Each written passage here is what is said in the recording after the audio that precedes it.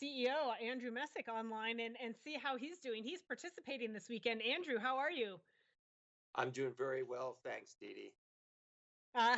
First of all, first, what I want to know, how did the 5K run go yesterday with your son? So my son, he PR'd by 3.5 minutes. What? He's only 12, but it was first time he's ever gone under 30 in a 5K. And so, That's like, we fantastic. ran together in the neighborhood, and he had a great day. So I was proud. He's proud. It was great. Oh man, that's what it's all about. I love that. That is so good. And now he gets to share that with let's see, 11,335 other virtual racers. So you did that. You had the fun time. Before we go into some other questions, I just want to know, strategy wise, you can jump on the bike this afternoon, maybe this evening, tomorrow. What's the story there? I already did it. I did it this Oh, morning. you did the bike. Oh, Yeah. bike. So So you bike so run tomorrow. Okay. yeah, do the run. I was, Florida. You can still go outside, so I was able to ride outside this morning, and conditions were perfect. Low humidity, 25°C. It was nice. Oh, that's That absolutely fantastic.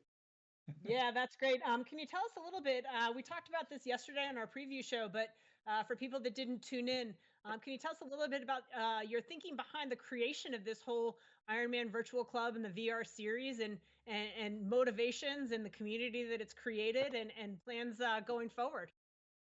Well, this is obviously a really fraught time, and part of what we're trying to do is find the right balance between a very, very difficult epidemiological situation and a very, very difficult economic situation everywhere in the world. And there's no sports being played anywhere in the world right now, and there's no racing, and we are facing, as we are facing very serious challenges, um, and and those require a level of seriousness from all of us. But at the same time, people need, in order to be mentally and physically healthy, that they need structure, and they need opportunities to exercise and to focus on things that are different from what we're hearing all the time about COVID and the economy. And so what we really hoped we were able to create with the Ironman Virtual Club and the Ironman Virtual Racing is an opportunity for people to be able to have a mechanism to channel some of the energy, to be able to continue to train with purpose, to have a reason to get out of bed and do positive things. And and really what we're trying to create, and we have more than 10,000 people, or what, 100 plus countries around the world competing this weekend, is is really an opportunity for people, to regain some aspect of control, and to be able to say, maybe I can't control what's going on in the world at this particular moment in time, but I can control, what I do. And it's one of the things that you hear Mike Riley say all the time: is the thing you can control is your attitude. And so, the virtual club and the virtual racing is really about providing an opportunity for our athletes and our community around the world to be able to do something focused and positive and unambiguously healthy and good for them. And to have, our pros participating this weekend, and it's remarkable, just watching these women. I mean, boy, oh boy, um, you know, going hard, and getting after it, and doing that like all of us, finding the balance between competing, being with your families, setting a good example, being a role model.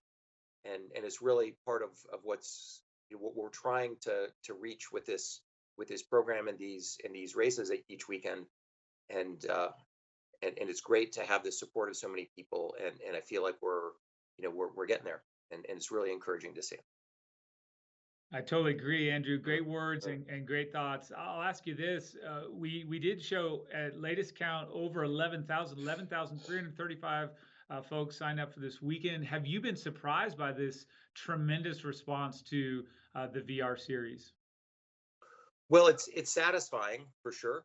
I think we always knew that there was a real need within our community to channel this excess effort. We were supposed to have 3,500 athletes in Oceanside this weekend.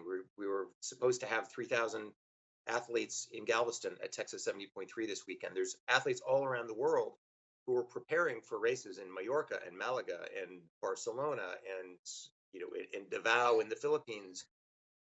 All over the world, athletes were preparing for races, and then suddenly, poof, every race in the world in April and in May is essentially gone. And yet people still need that vehicle to be able to channel their energy and to be able to focus and to continue to take control of the things you can't control. And so it's really satisfying, and it's pretty cool to watch, and it's cool to see the excitement.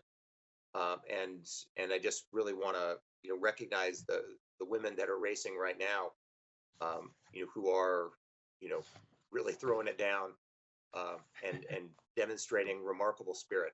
And really that's the balance we're trying to find, is going hard but maintaining the right focus in these really turbulent times. Well, so good, Andrew. And I'll just read to you. Jody Johnson is saying she's coming on Facebook. So appreciate everything Ironman is doing. Thank you, Andrew. And that has been echoed through and through. I personally can say it. I believe that these four women are giving us a very close taste of just that inspiration and positivity that we need. And I'm so happy that we're doing this. So thank you from me as well. And thank you for your time this morning. Yeah. No, it's a pleasure. I'm looking forward to tomorrow. Likewise, another big race. So, Andrew, thanks so much. We won't put you on the spot. We'll maybe get your predictions tomorrow and a call in. But for now, we just have to acknowledge we're 3.5 kilometers away from the finish. So, thanks for your time. You have an awesome day and enjoy the rest of your race tomorrow on that half marathon. Yeah. Well, thank you. And for the record, I wouldn't bet against any of these women.